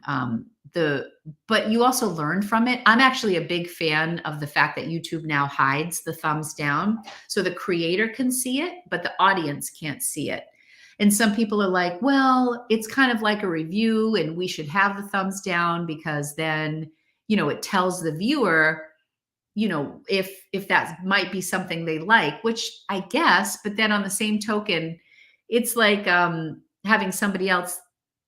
Reviews are reviews. So there's some value in it, but also just because one person gives it a thumbs down, somebody else might love it, and vice versa. So I'm personally, it made me feel good about even starting my new channel, knowing that the thumbs down were going to be hidden. And I don't get a ton. I think certain videos have been like, ooh, maybe people didn't love that so much. You know what I mean? But I think that it's a nice way to protect people, mental health, and people who are really sensitive to that sort of thing. I think it's a good thing that YouTube did. I think we have enough negativity in the world. We don't need extra thumbs down on videos for people trying, unless someone's being a real, then some people do deserve a thumbs down. But anyways, I'm trying to look on the bright side here. If someone tells me what to do or what not to do, who to like or not to like, I click right out. #bye Felicia. Yes. Yeah. I have a hard time consuming that type of content in any genre, I have very thick skin and thighs. All right, girl, I'm with you. Thumbs up if you're in the thick thigh club. I am for sure. No thumbs down, just don't watch. Yeah. I kind of feel that way too. If you're in a video and you don't like it, just click off, just click off. I wonder why that is when something is a huge seller for one and not for another. It's because I believe that even if you don't think you have a curated closet, you have a curated closet, because you are picking up things that appeal to you in most cases. Even if, it might be a style you wouldn't particularly wear. I think if you look through my closet, you're going to see similar brands. So I think that, so people know, for example, I always use this example, it's kind of old, but if you come to my closet, you're probably going to see a lot of Free People, a decent amount of Madewell. And if you're somebody who likes those styles, you might be shopping my closet more. So Sarah, if you are somebody who might be more like a Chico's, Talbot's, J. Crew person, you may not be able to sell Free People as well as I do, because the people who are following me know that that's something that I carry in my closet. Like Ginger Marvin, I think Kathy from Ginger Marvin, when she first got started, she was like the Kittison woman, which I had never even heard of Kittison until I started following along Kathy's journey. And she was somebody who sold a ton of kids clothes, and kids clothes are not a big seller for me. But because Kathy had a ton of kids clothing as an option in her closet, the odds that she was going to sell it were higher. So I think that we are always kind of curating our closets, even if we're not like super specific, we're still curating our closets. So I think that's why certain people sell stuff better than others. I don't know. I think it's fascinating to see what works for different people. But I also think that's like the danger of bolo lists, because I personally have been really disappointed by a lot of bolos when, so for example, what is it? Show Me Your Moo is a perfect example. I think that's like a brand that's found in the South a lot more than the Northeast. And my God, I was so excited when I found my first Show Me Your Moo piece, and it was something out of a Fit Fab Fun box. And everyone's like, oh God, it's so saturated, you're not going to sell it. And I didn't care because I was like, oh my God, but it's Show Me Your Moo. I'm so excited. And I don't really find it very often. And I don't think it's like a really big, I don't know, maybe it's the piece that I found. Let me know in the comments if that is something, if Show Me Your Moo is a good seller for you. But I think there are certain brands that I was like Revolve brands that I've gotten so excited to find, and they're probably still in my closet. Yes, Kathy and Chris, Ginger Marvin. And they also have a free spreadsheet that you can get. And they also are doing lives on Thursday night now. They have like a list with me, sort of keep them company on a Thursday night, and they are super consistent. They do like what sold videos on the daily. So yeah, we are all different. That's right. That's right. I have non-fit fab fun, Show Me Your Moo, and it's still sitting. Yeah. I don't find it that much. I found like a floral print the other day, Show Me Your Moo, and I left it behind. It had some pilling. Otherwise I would have picked it up. What did I miss? If you buy one and it never sells, it's bad. If you buy 6 and 3 sell, it's good. It's true. That's a good way of looking at it. Yeah, you kind of, and then I think if you notice, oh, I bought 6 of this brand and 3 sold, then the next time you're at the thrift store and you see that brand, you're going to pick it up again. And then starts the cycle. And then if you buy one and it never sells, you're like, I'm never picking that up again. And then you're like, well, I don't sell that brand very well because you didn't pick it up and you didn't sell it the first time. So yeah, I think our closets are always kind of developing. That's exactly why we have to find what works for us. Take everyone's advice with a grain of salt, 100%, 100%. Although I was just talking, no, there is no although. I agree with that. But I found that Trip jacket, the Trip NYC, and that was like buried in my subconscious. I don't know where I heard it. And then somebody said that Nicole State talked about it in one of her recent videos. And I'm like, maybe that's where I heard it. I thought it was my friend Courtney. And Courtney's like, nope, haven't talked about that brand in a year. But it was somewhere buried. And when I saw it at the thrift store, it was $5. And I'm like, oh, I got to pick this up. Somebody just talked about this brand. It was $5.24 for a jacket. I listed it for $68 and it sold in less than 2 days for full asking price. So now I'm a Trip NYC convert. I'd never found it. I paid low money for it. It sold in a day for full price. So will I pick up Trip NYC the next time I see it? You bet. But then you could give that same exact scenario for another item that sat in my closet, and then I'll never pick that brand up again. Some of it's just luck. Sorry. Show Me Your Moo. I threw it back at the bins. Didn't know what it was. I thought the name was wonky. It is kind of a wonky name, Pamela. You're not wrong. Even Jack and Ryan say that one of them can sell things and the other can't. Yes, Liz, you're right. Because Jack sells, I think, more high end, and Ryan sells all the stuff for the girlies. Like Ryan loves BDG and a lot of like, I think he'll sell Brandy Melville and a lot of like the younger brands, and Jack will like toss it to him. Yeah. I mean, that's like, they live together and they have separate closets. That's such a good example, Liz. Thank you for that. I can't sell soft surroundings, but I love selling Eileen Fisher. This is what we should do. Why doesn't everybody leave in the comment the brand that they love to sell that people kind of throw shade at, and then a brand that hasn't sold for them, that people think is so great. Like, I just think it's fascinating. And I don't think anyone's right or wrong, but I think it's interesting to see the difference. This is Chris and Kathy's spreadsheet, if you guys want to check that out. Yes, just type 0 at the checkout. And it's kind of a pretty spreadsheet. That's what I loved about that. So true. Do what works for you and your business. Oh gosh, yes. It's not just brands. Everyone loves cashmere, and I couldn't give cashmere away this winter. Oh, that's interesting, Monique. Cashmere, I feel, is like hit or miss for me. I get excited about cashmere when I find it at places like the bins because it's pretty lightweight, and I feel like it will sell, but it just never sells for what cashmere costs. That's kind of my experience with cashmere. I sold a cashmere sweater on eBay 2 days ago, a turtleneck sweater. I had it listed at like 35 and someone offered me something random like $26.75, and I accepted their offer. And it had a moth hole in the turtleneck, like in the fold down part. So I think it was the underneath part, but it was a gorgeous like camel. It was vintage Bloomingdale's cashmere. And so $26 for cashmere, that probably cost whoever purchased it. Well, I know who purchased it because it was from the buyout that I did a few months back. She probably paid $200 for it at Bloomingdale's in the 90s. You know what I mean? But it doesn't always sell for a lot, but I do still like it. Oh, hey, look who's here. Mom just got home. Oh my gosh. So Hope's mom, and I'm sharing this because Hope put it on her story. I wouldn't just put this out there, but Hope's mom suffered a stroke yesterday and she is doing well and she just got home. We've all been praying for her. Hope, I'm so happy she's home. Thank you so much for saying hi. We love you so much. I'm so glad that she's home. We were so worried. We were so worried for her and sending lots of love. Lisette messaged me. A couple people messaged me to say they were thinking of you, Hope. So I'm so glad she's home, and I'm so glad you got some rest last night. That's great news. Lip Service is even better than Trip. Ooh, see, I don't know that brand, Lip Service. All right, I'm going to be on the lookout for that one now.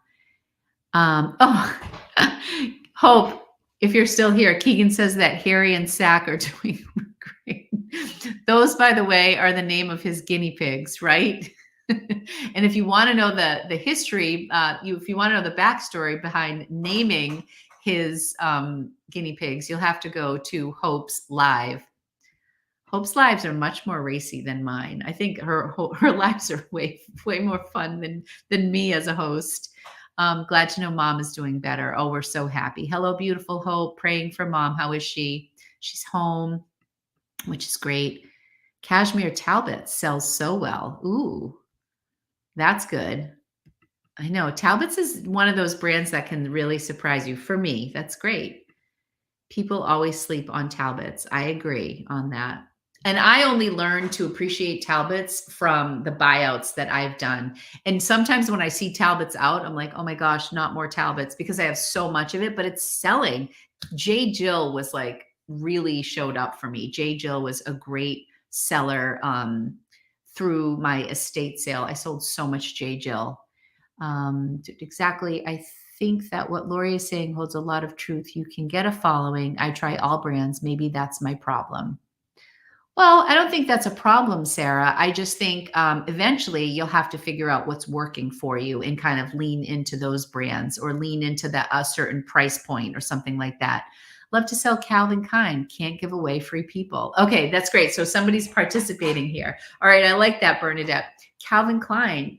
Do you guys pick up Calvin Klein? For a while, I was picking up Calvin Klein, but I was sending it to ThreadUp. I don't sell a lot of Calvin Klein, but I don't pick up a lot of Calvin Klein. So see, that is the issue sometimes when people say, well, I don't sell a lot of that. I don't pick it up. So that is great to know. So ASOS, Amber, are you saying ASOS is like a brand you love to sell or something you can't move? I struggle selling ASOS personally. Adorable style. I just struggle selling it. Free people is hard to sell, but AG jeans teleport out of my closet. See, that fascinates me, Keegan. Is it a specific style for AG jeans or is it just any of them? And what are you selling them for? Because I think that's really interesting. I've had a pair of Rothy's in my closet for forever. I even lowered the price and I still can't sell them. I think that Rothy's is one of those things that is like people are starting to find them. And historically, they've sold for so much money. I have a pair in my closet right now for 90 and somebody offered me 50 for them. And I actually bought them on Poshmark for $25 and I had a $10 credit. So I only spent like 15 plus plus shipping. So what would that be like 15 and $22. So I didn't want to take $50, but mine aren't moving either. Isn't that interesting? Maybe it's the color, maybe it's the size. I don't know. Maeve sits a while, but sleeping on snow sells in about 3 days. Those are both Anthropologie brands. That's really interesting. I still like, I like Anthropologie still, but yeah, it definitely depends because now Anthro's been around a while and you can find some really old things. Sorry, I'm getting a little hoarse. Lauren, Ralph Lauren can't sell it. Wait, I can sell it. J. Crew can't. That's interesting. And yeah, Lauren, Ralph Lauren is the green tag. And I kind of struggle with it unless it's a cool, unless it's a really cool piece. But I personally love to sell Ralph Lauren, but more polo Ralph Lauren.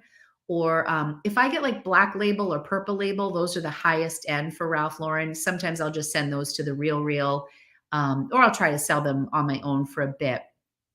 Heidi, are you specifically saying Lauren, Ralph Lauren, because that is historically something that maybe people think doesn't sell well? I think that is a good brand to keep your eye on. My issue with Ralph Lauren is my Savers prices it really high. So my Savers prices Loft, Ralph Lauren, and Victoria's Secret like it's Gucci, Louis Vuitton, and YSL. I'm exaggerating a little, but they price them up. So I end up passing. I don't pick up a lot of Ralph Lauren at my local Savers because they price it high. Cashmere, definitely hit or miss, should sell for a lot more than it does. Yep. Oh, I remember you talking about Carlos Santana, Lisette. I love J. Crew and Carlos Santana, and Ink sells great for me. INC is International Concepts, and that is a brand sold at Macy's, I believe. And somebody else was telling me that is a really good, what was that? I wonder if that was a brand that was thrown around for brands that do well at ThredUp as well. INC, that's a good one to be on the lookout for. See, I think I had a pair of Carlos Santana shoes and I think they're still in my closet. And because those haven't sold, I haven't picked up others by that brand because I struggle. But I think I know you've told me that once before, Lisette. That's cool. I agree. Rothy's are overrated and oversaturated. It's been, I think there's a little bit. Prayers for Mama Hope. Sorry to hear. I know oh my gosh, I feel like I'm way behind. Thank goodness, Hope. Rexridge, don't forget. Yes. Oh my gosh, Sarah. We say this to her all the time. Hope is a nurse for any of you who don't know Hope, and she works the overnight shifts on Friday and Saturday. So we talk almost every day. And when Hope, Hope is like putting her makeup on like at 3:00 and gearing up to go and work overnight. So she goes like from 4 p.m. until like 5 a.m., something like that. And then she comes home and she sleeps. And then Thursday nights, she has to stay up super late because then she has to sleep enough so that she's well rested because she's going in for an overnight on Friday. And then Saturday, she does it again. And then Sunday is like her recovery day because she's just been on her feet, like working 12-hour shifts. And then, so Sunday's like recovery. And then Monday, I think, is when she feels like herself again. And then by Thursday, she starts the whole process all over. So I don't know how Hope does it. And yes, and she takes great care of her mom and dad as well. They live with her. So yeah, she's an amazing human. I love her so much. Praying for your mom. Hope my mom has had 2. The first one was pretty big. The second, not so bad, but she's doing great now. Prayers for your mama. Yeah, my father-in-law has had a couple strokes, and he's actually struggles to talk now and stuff. It's been, yeah. Oh, there she is. Thanks. I didn't know if you were still here, Hope. I know strokes are just one of those things that, they can have really scary results, and sometimes people can make a really strong comeback. So this is Keegan on Hope's Monday Sip, if you guys want to watch that. Okay, I could sell, here we go. I could sell most Knox Rose items, but sit on Free People. So Knox Rose is kind of the boho label at Target. My brain's starting to go to mush now. Target, yes. I love Knox Rose, and sometimes I'm hesitant to pick it up because it's a Target brand, but it's so cute. Like I feel like Knox Rose is something I would probably put in my mystery boxes. They have such cute styles. I have a few pieces myself. That's really good. Cut from cloth plus size jeans is sell great for me too. I was just looking at my jeans and I realized that I have a bunch of cut from the cloth that have been sitting, but they're all smaller sizes. Maybe the plus size is the key. Yes, just sold a Calvin Klein dress as well. I love selling Zara and have no luck with Coach. Yeah, Coach can sit for a while. Yeah, Coach is just, you just never know. I think the vintage pieces can sell really well. But now like Y2K stuff is popular. So I think some of the like the signature bags are doing well with the monogram on it. But I have certain Coach pieces that I can't give away. I pick up everything if I like the style and the price. That is the hope strategy too. The brands that are being mentioned, I can't even find around here. Calvin Klein, some J. Jill, and some Talbots, but none of the others. I also think that one of the things with thrifting and doing what we do is working with what you have. In the video that's coming out soon, where I go to the pit with my friend Marguerite, I get there and I'm not finding like the brands that I typically do find at that location to sell. And we were also on limited time as well. So I pivoted really quickly and I decided that I was going to pick up stuff for mystery boxes. So I had 2 separate bags going and I only ended up getting like 9 items for myself to sell and then stuff to put in mystery boxes. But I think what happens is like some of us live in areas where we don't get a lot of, we don't see a lot of the brand names that get mentioned in the community a lot.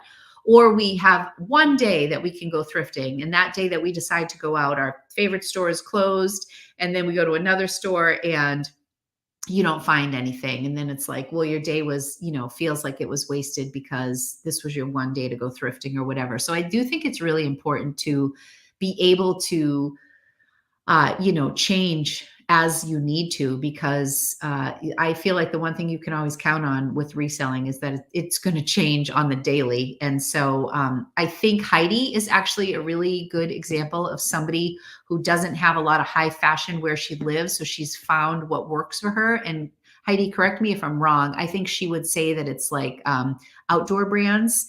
And, she sells, she was just mentioning to me the other day that like I was talking about in a video how I don't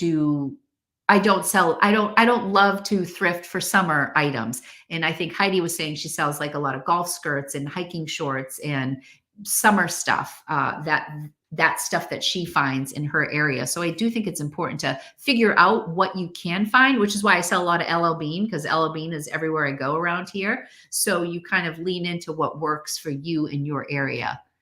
Oh my gosh, I'm so far behind, you guys. I'm so sorry. Mom, oh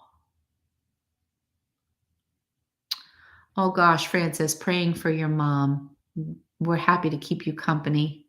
Oh my gosh, anytime. This is like a little, this could be like a little prayer chain here. You get a lot of people who can be thinking of you, which is really nice. That's what I was hoping. I missed what we said. I love Eileen Fisher pants, sweaters, and shoes, and Keen shoes and cool Free People. Sandro and Flax sits for me. That's really interesting. So all of those cool Free People, Sandro and Flax sits. I don't pick up a lot of Sandro. I feel like that's a brand I might be missing out on. I found a sweater at the bins recently, but it had a little hole. Question: I bought Prada and Chanel jackets at an estate sale. Ooh. Oh, now I'm pretty sure they're knockoffs. Oh, that stinks. Is there, question. Should I just say lesson learned, or should I even try to resell at a decent price and mark possible faux? Suggestions. I would maybe have them, I'm not sure what makes you think they're knockoffs, but maybe they're not. So maybe get them authenticated. That's a tough one. That's a tough one. That's what happened with me in the Gucci sweatshirt. I actually in the hall had several people reach out and say, I will buy that even if it's a dupe. But I was afraid that it might be real. So I didn't want to sell it at like a dupe price. And I also personally don't list any fake things on any of the platforms I sell on, but I would sell it direct, like an Instagram sale. I would do a direct sale on something that wasn't authentic just to, just to give it more life. But I don't list. That's just my personal choice. A lot of people will list as long as you disclose that it's not authentic, but I wouldn't sell it as not authentic if you think it might be. I don't know. Heidi's saying, yes, I sell function more than fashion. And that is like, Heidi's a great example of somebody who like, you work with what you have, and you go from there. I mean, because people can say, oh, my thrift store is expensive, or I don't find those brands here. Or I do that, but there are so many ways that you can get around, maybe some of the limitations your local thrift stores have. Goodwills have gotten so expensive. So I found a great church thrift and I shop more at Salvation Army. That's awesome. Our Salvation Army every Monday has a 99-cent color and 2 colors that are half off. And then it's just like the incoming color that is full price. So yeah, you can always find, thinking of you too, Tracy. My goodness. Yeah, get them authenticated to be sure. That's what I would say. I think the brands are everywhere. It's a matter of learning your store, finding out if there's someone with a connection, getting it. Yep. You got to know yourself and your store and the vibe, Tommy. J. Crew Vintage straight jeans fly out of my closet. Barefoot Dreams robe just sitting. That's an interesting one. Vintage straight jeans. So I'm assuming that's the style and they're not actually vintage jeans. Like that's a style from them. I'll have to look into that. I like, funny enough, I have thrifted 2 pairs of J. Crew jeans for myself and I really like them. And it's not like a brand that I would seek out and find. It's just something that I must have found in my size and I end up wearing them all the time. Recommend you do not sell faux or knockoffs. That's how I feel. I mean, especially on any platform, I personally wouldn't. All right. That's great. That's been a great conversation, you guys. Well, it's 5:55. Where did the hours go? It's crazy. So I have a fun story. Did I already share this last week? I don't know if I shared this with you guys. I will end on this. Do you guys remember when I brought the young guy, Eric, to the bins with me? And he was like filming me for a documentary or whatever. He's a junior in high school. I thought he was a senior. He's a junior in high school. One of my best friends from home here. It's her son. And he had to do a documentary on a business. So he asked if he could do a documentary on Lori's Boston Found. So he had to do like a 12-minute documentary. I think it was supposed to be 10, but it ended up being 12 or something like that. Anyways, my friend Julie, his mom, reached out to a group of my friends. A couple of them are here in the chat who are going, and she's having a red carpet event tomorrow night to premiere Eric's documentary about Lori's Boston Found. And I'm so excited.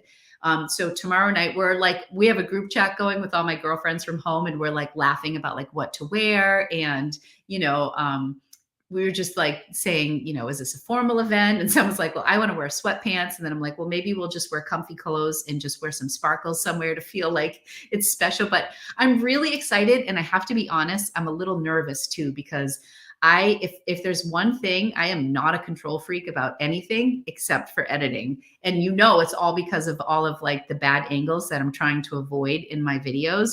And so I just kept saying to Eric, please, like he probably took 3 hours of footage and it's down to 12 minutes. So I'm going to vlog while I'm at the event tomorrow. And by the event, I mean my friend's big screen TV in her living room.